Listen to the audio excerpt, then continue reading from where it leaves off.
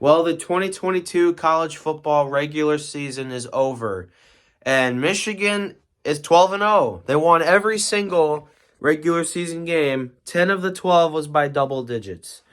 Maryland and Illinois are the only exceptions. And those games were at home. But Michigan exceeded my expectations. They obviously, there were questions going into the season about, was Michigan going to be able to continue the success they had last season? They won the Big Ten. They beat Ohio State for the first time since 2011, the first time in Harbaugh's tenure at Michigan. And they were the 2021 Big Ten champions, and they made the playoffs. Were they going to be able to do the same thing this year? Well, Michigan had a better regular season record. Last year they went 11-1. This year they went 12-0. They beat Ohio State again in Columbus this time by 23 points, but they beat them by even more than they did last year. Winning in Columbus for the first time since 2000, 22 years ago. I wasn't even alive. And now they're going to be playing in the Big Ten championship game on Saturday against Purdue. An easier, or I shouldn't say easier, Michigan's opponent last year, Iowa, was 10-2, and they had a pretty good team. This year, Purdue was 8-4. The Big Ten West this year was pretty bad. I thought it was going to be Illinois, but Illinois kind of crapped the bed at the end. They lost. I think they started 7-1, and then after that they only won one of their next 4 games.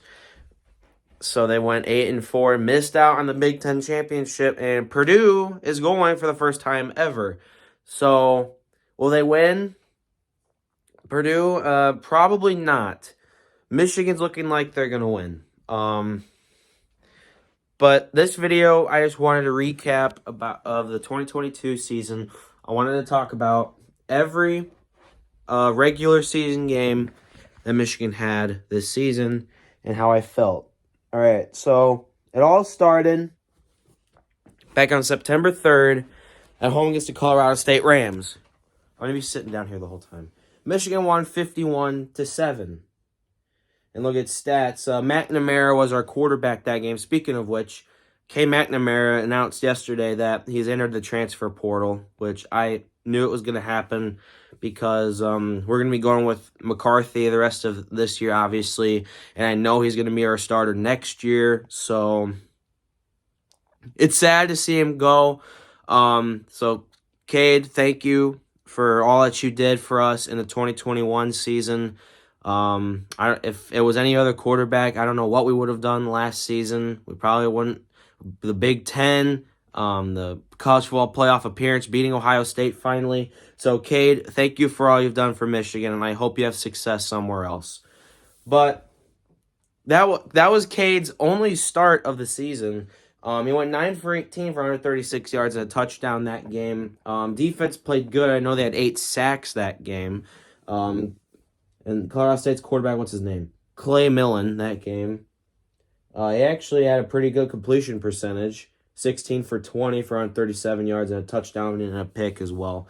Blake Corum, he had 13 carries for 76 yards and a touchdown. Roman Wilson had 2 catches for 65 yards and a touchdown. One of his catches was a 61-yard touchdown pass, but it wasn't a deep pass. It was a screen pass, if anything, from McNamara. So I'm going to rate each game out of 10. 1 being the worst, 10 being the best. I'm going to give this game, I'm going to give it an 8 because the defense played amazing. I know they had like 7 sacks and they scored a lot. They had Colorado State didn't even score until in the 4th quarter when Michigan was already up 44-0. And I thought McCarthy just had a better game than McNamara. So they got the job done. They went to 1-0. Next week, they faced off against the Hawaii Rainbow Warriors and won 56-10. This was McCarthy's start. And boy, he had a great game. He went 11 for 12 for 229 yards and 3 touchdowns. His first pass attempt of the game was a 42-yard touchdown pass to Roman Wilson.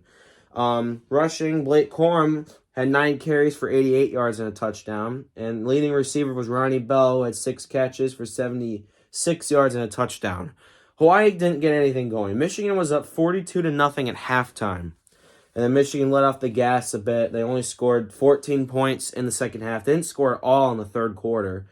I remember McNamara came in and he threw a pick, and then he got booed. And it's just, that I was like, ugh. But this was the game. J.J. McCarthy proved that he was the better quarterback. And right after the game ended, Jim Harbaugh made the announcement that J.J. McCarthy would be the starting quarterback for the remainder of the season. And Cade McNamara would be backing up. And at this point, I said, if J.J.'s going to play all year, Cade is a senior, and he could still play another year because of the COVID year when everyone was granted an extra year of eligibility. I had a feeling that Cade was going to transfer away, and he announced that yesterday.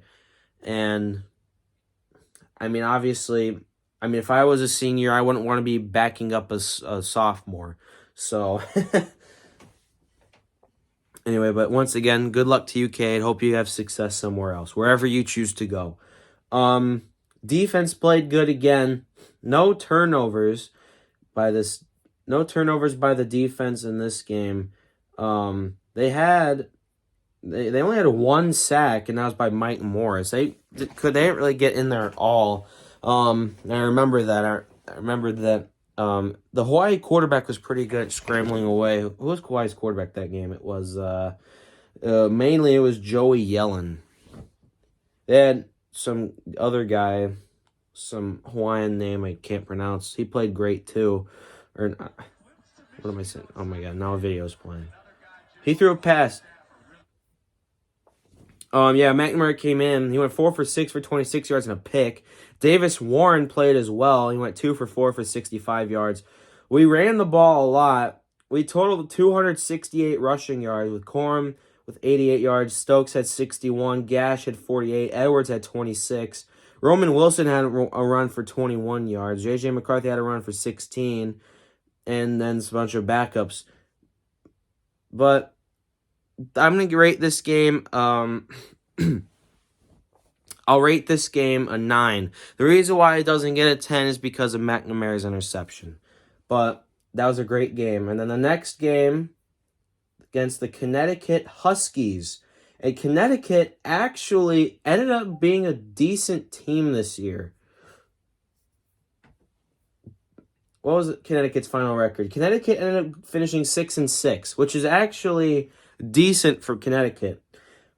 Connecticut has been a terrible team historically for the past few years. Connecticut didn't even play at all in 2020 because of COVID.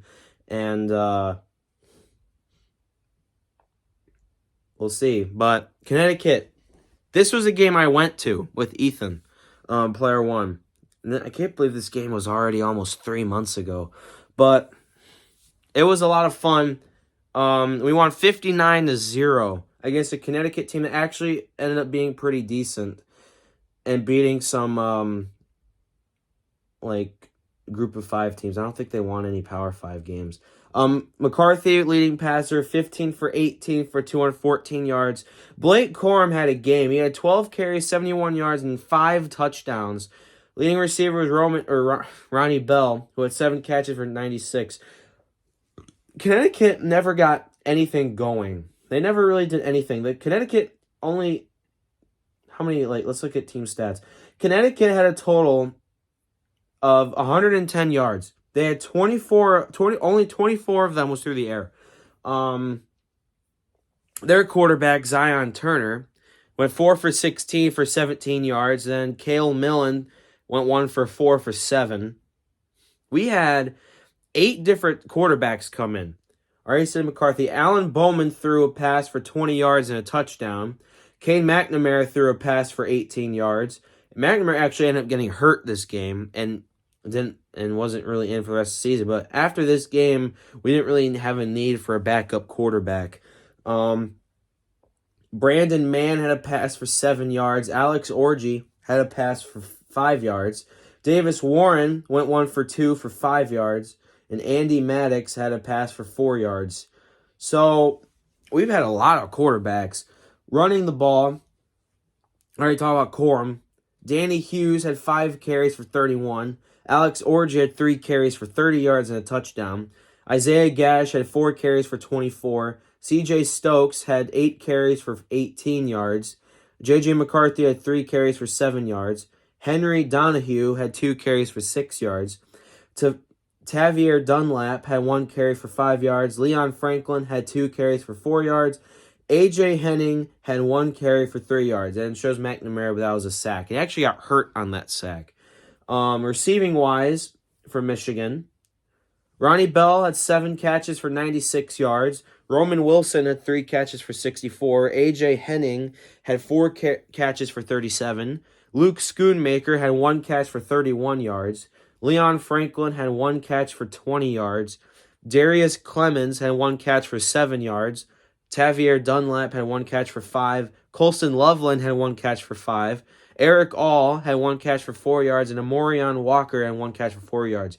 Eric All was pretty much out. Eric All only played during our non-conference portion of the games. After this game, Eric All was out for the entire season with a back injury, so we didn't really see much of him. George Rooks had a fumble recovery on defense, and I know A.J. Henning had a punt return that game. I think that's the only time this season we had a special teams return for a touchdown. Defensive wise, we had no sacks in this game. Our leading tackler was Chris Jenkins with 5, and our leading tackler was a two-way tie of Chris Jenkins and Junior Colson with 5 tackles. No sacks. Our leading solo tackler looks to be, I can't sort it for some reason, but it's 3 with Chris Jenkins and Jalen Harrell.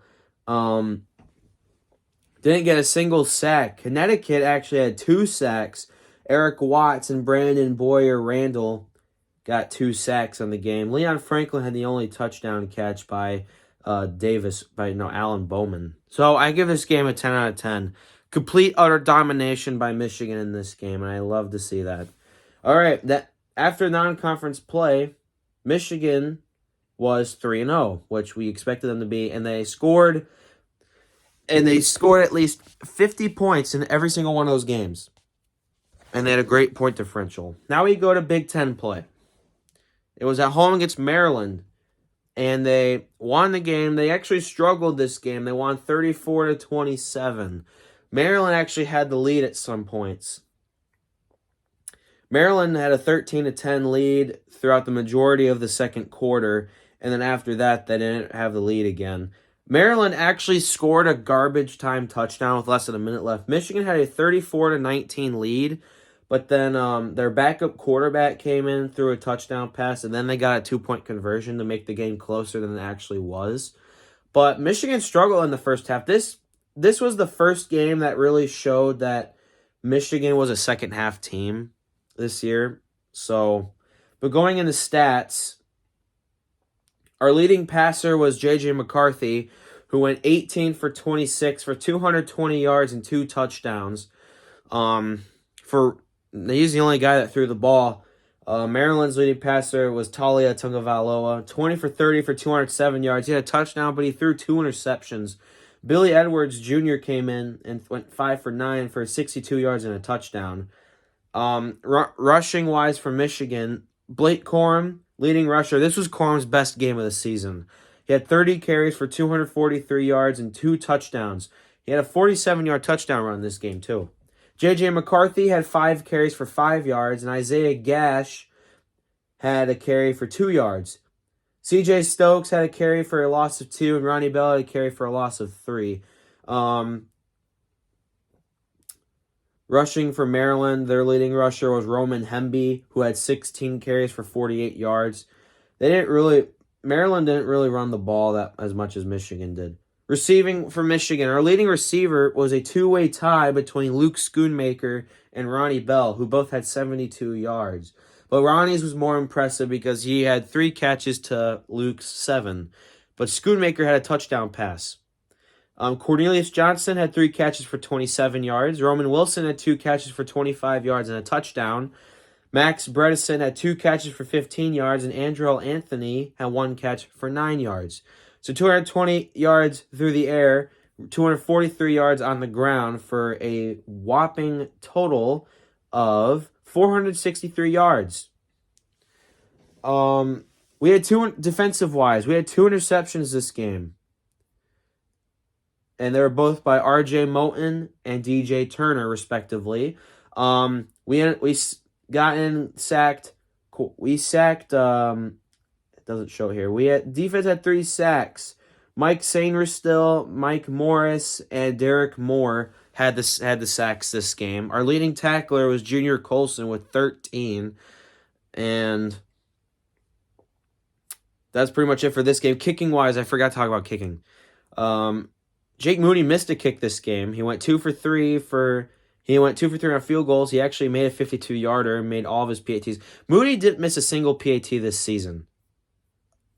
Let me go back, actually, talk about Moody's stats the first 3 games.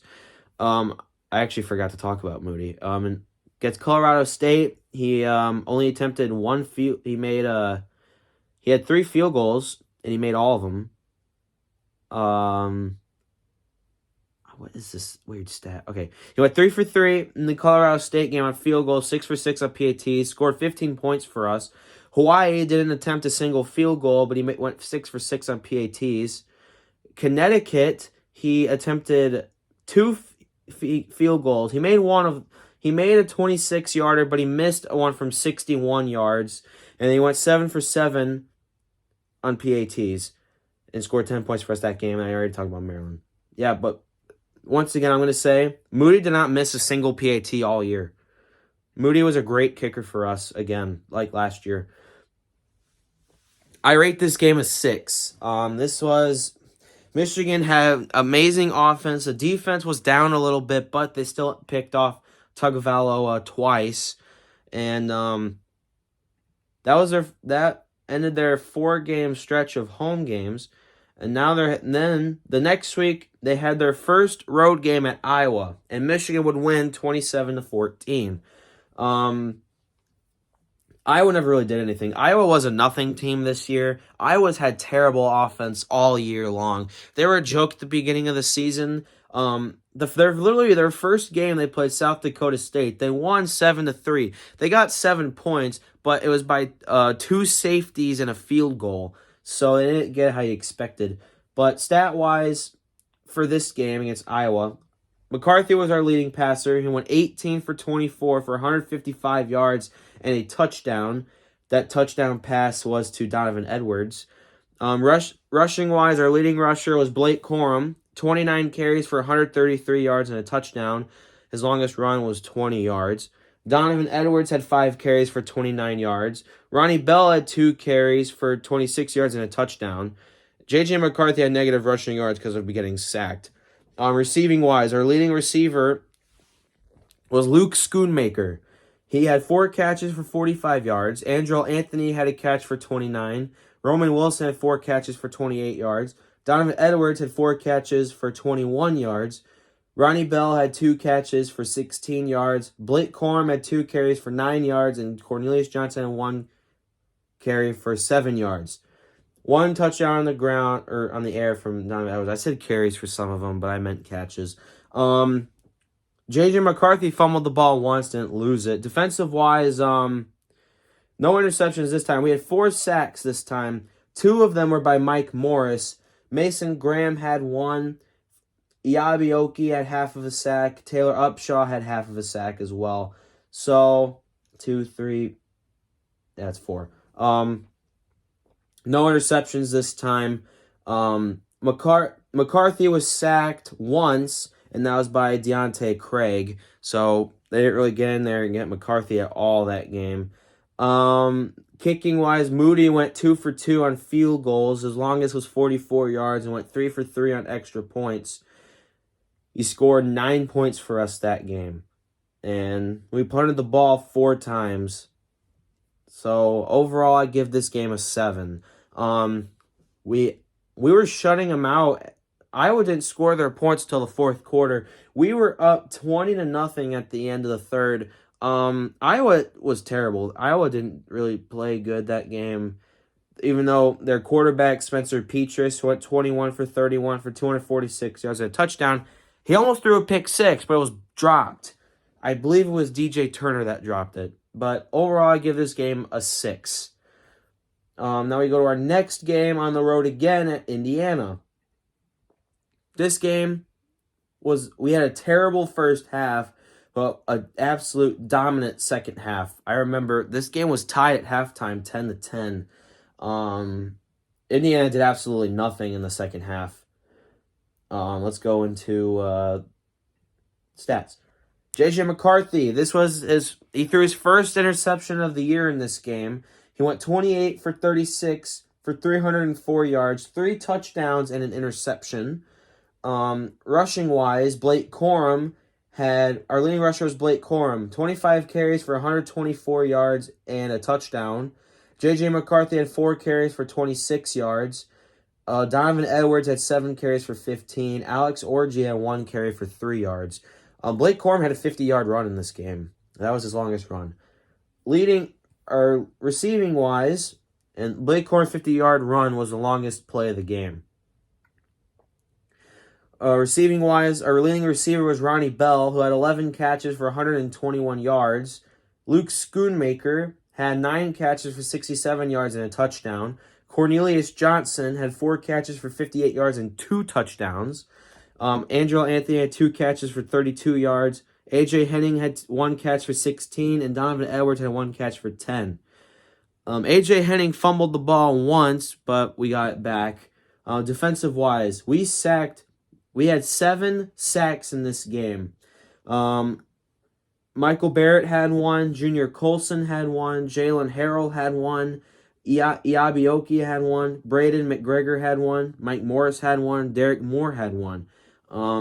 No player had more than 1 sack. There was just a 7-way tie for sacks. Leading tacklers, 2-way tie between Michael Barrett and Junior Colson with 7 tackles. We intercepted Bazelak once and Rod Moore with it. McCarthy was intercepted once by Devin Matthews. Kicking-wise, Moody went 1 for 2. He made a 44-yarder, but his other field goal attempt was blocked. And he was 4 for 4 on PATs. And we punted the ball 3 times. So I give this game, I'm going to give it a 7. It was a terrible first half marked by an amazing second half. Defense was amazing this game with 7 sacks and an interception. So that was a great game for the Wolverines in the second half. First half, they played terrible. But they improved to 6-0 at that game and were bowl eligible. Next week, first-ranked opponent, Penn State, were a top 10 team during this game. And Michigan beat them 41-17. It was a great game by the Wolverines. A kind of a poor performance in the first half, and second half we outscored them 25-3. It was just a great game for the Wolverines. Once again, second half team. Stats for this game: J.J. McCarthy went 17 for 24 for 145 yards and an interception. No touchdown passes, an interception. That interception was a pick 6 to Curtis Jacobs. Rushing-wise, our leading rusher was actually Donovan Edwards this game. He had 16 carries for 173 yards and 2 touchdowns. Donovan Edwards' 67-yard touchdown was Michigan's longest play of the game. Blake Corum had 28 carries for 166 yards and 2 touchdowns with a 61-yard touchdown run. J.J. McCarthy had 7 carries for 57 yards, and C.J. Stokes had 4 carries for 22 yards. 418 total rushing yards. And at this point, Penn State had the 5th best rush defense in the nation. And their numbers really dropped after that one. Receiving-wise, our leading receiver was Cornelius Johnson. 3 catches for 43 yards. Ronnie Bell had 5 catches for 39 yards. Roman Wilson had 4 catches for 29. Donovan Edwards had a catch for 21 yards. Blake Corum had 3 catches for 15. Andrew Anthony had a carry for -2 yards. We fumbled twice. Donovan Edwards and J.J. McCarthy both fumbled balls. None of them were lost, though. Defensive-wise, we had 2 sacks in the game. R.J. Moten had 1, and Taylor Upshaw and Michael Barrett had half of a sack. Clifford, we have no interceptions this game. Our leading tacklers was a 2-way tie of Rod Moore and Junior Colson, who had 5 tackles that game. Kicking-wise, Jake Moody was 4 for 4 on field goals and 3 for 3 on PATs. He scored 15 points for us that game. Was that the most points Moody scored in a game? No, it's not. It's I see what it is. I'll say it when I get to it. I give this game a 9. This amazing performance against a top 10 team. J.J. McCarthy did have a pick 6 this game, though, that he shouldn't have thrown. He could have had another one as well. A terrible thrown pass. But Michigan had a dominating win at home against a top 10 team and improved to 7-0. And gave Penn State their first loss of the season. Then, that was our record going into our bye week. We were 7-0, and the next game we were at home against our in-state rival, the Michigan State Spartans. Now, going back to last year, Michigan was 7-0 in the Michigan State game before they lost. It was their first loss of the season. And Michigan was 7-0 in this game. Didn't lose this time. 29-7 win for the Wolverines. Wasn't as dominated as one would want to be, but it was still amazing defensive performance from the Wolverines. Passing-wise in this game, J.J. McCarthy went 15 for 25 for 167 yards and a touchdown. And Ronnie Bell threw a pass, but it was incomplete. Rushing-wise, Blake Corum had 33 carries for 177 yards and a touchdown. J.J. McCarthy had 7 carries for 50 yards. Donovan Edwards had 10 carries for 42 yards. And C.J. Stokes had 2 carries for 7 yards. Receiving-wise, our leading receiver was Luke Schoonmaker, who had 5 catches for 70 yards.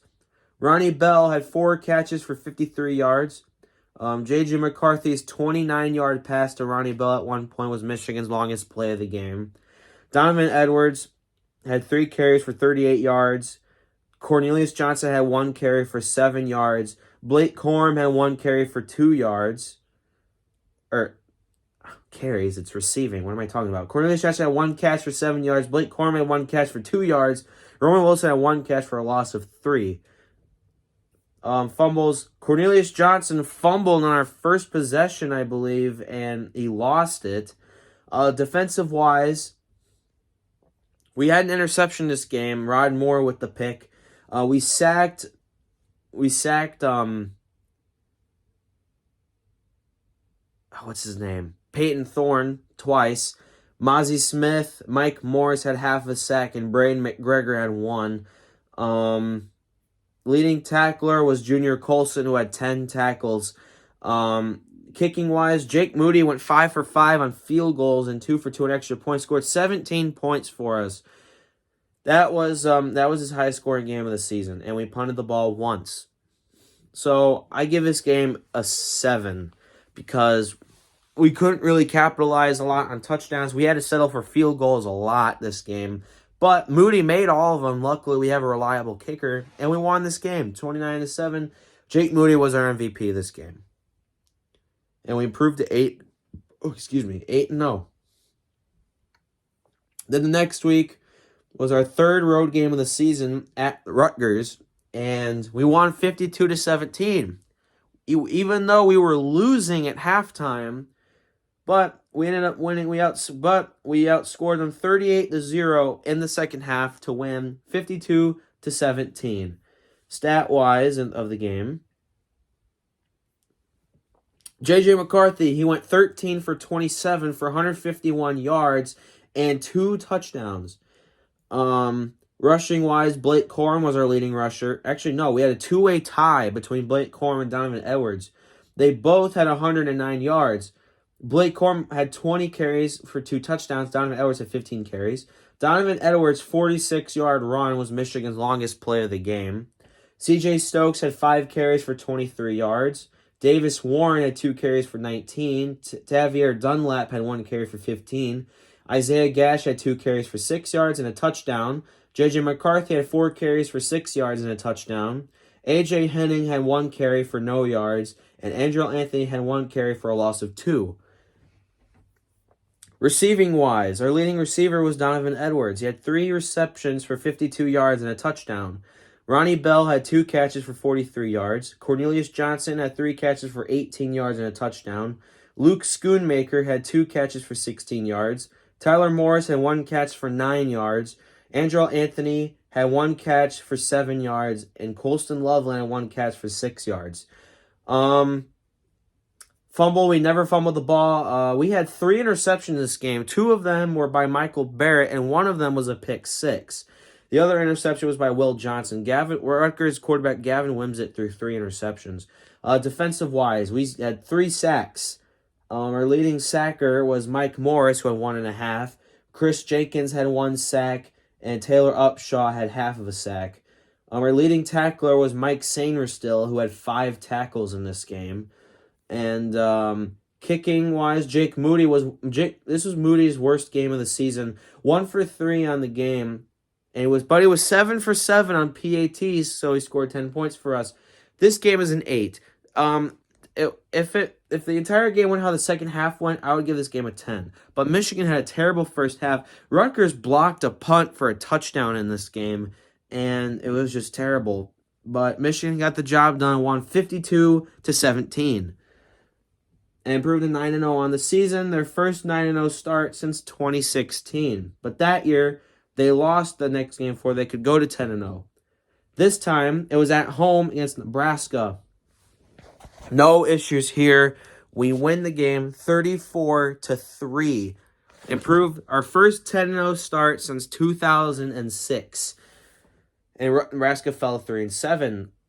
Stat-wise for this game, J.J. McCarthy was our leading passer. He went 8 for 17 for 129 yards and 2 touchdowns. He didn't have a great game this game, but he threw 2 touchdown passes. Davis Warren had went 2 for 3 for 19 yards. Our leading rusher was Blake Corum. He had 28 carries for 162 yards and a touchdown. C.J. Stokes had 8 carries for 68 yards. Tavier Dunlap had 2 carries for 14 yards. Donovan Edwards had 2 carries for 13 yards. Isaiah Gash had 5 carries for 12. Leon Franklin had 1 carry for 3. J.J. McCarthy, 3 carries, -8 yards. But he had a touchdown run.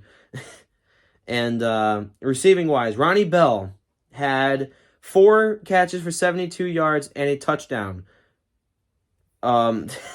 He could have had more. He could have had 2 touchdowns, but he fumbled in the end zone. But Andrew Anthony recovered it. J.J. McCarthy's 29-yard pass to Ronnie Bell was Michigan's longest play of the game. Colston Loveland had 2 catches for 40 yards. Roman Wilson had 1 catch for 13. Cornelius Johnson had 1 catch for 12. Tyler Morris had 1 catch for 7. And Blake Corum had 1 for 4. Fumble. Ronnie Bell fumbled it once, but Andrew Anthony recovered it in the end zone for a touchdown. Defensive-wise, we did not get any interceptions. We had 2 sacks, and they were by Junior Colson and Mason Graham. Leading tackler was Junior Colson with 6. And kicking-wise, Jake Moody was 2 for 2 on field goals, 4 for 4 on PATs. He made a 43-yarder this game, and we punted the ball 3 times. I am actually going to give this game a 10. Michigan played, I think this was Michigan's one of their best performances all season. McCarthy struggled, but we destroyed him. Didn't allow a single touchdown this game. Actually, no. Our best performance was Connecticut. This was our second best, I think. But 34-3 win for the Wolverines. We're 10-0 for the first time since 2006. Then the next game. This one was scary. Illinois 19-17 win against the Fighting Illini. This game, I thought we were going to lose. I honestly thought that we were going to lose this game. Michigan played terrible this game. I think this was Michigan's worst game of the season. Even though we scored on our opening drive, after Illinois scored the touchdown to take a 17-10 lead, then Michigan went 3-and-out. I thought we were going to lose.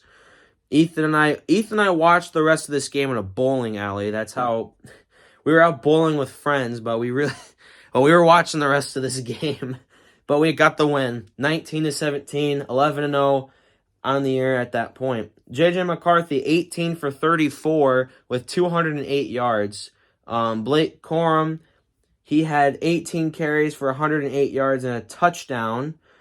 C.J. Stokes had 11 carries for 36. J.J. McCarthy had 7 carries for 18.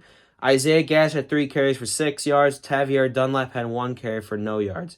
Receiving-wise, our leading receiver was Colston Loveland, who had 3 catches for 50 yards. Ronnie Bell had 3 catches for 44 yards. Blake Corum had 2 catches for 39 yards. J.J. McCarthy's 41-yard pass to Blake Corum was Michigan's longest play of the game.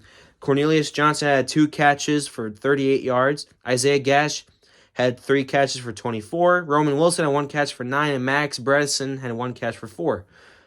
We had 2 fumbles this game, and one of them was lost. Blake Corum fumbled the ball and lost it, and that was actually on the play he got hurt.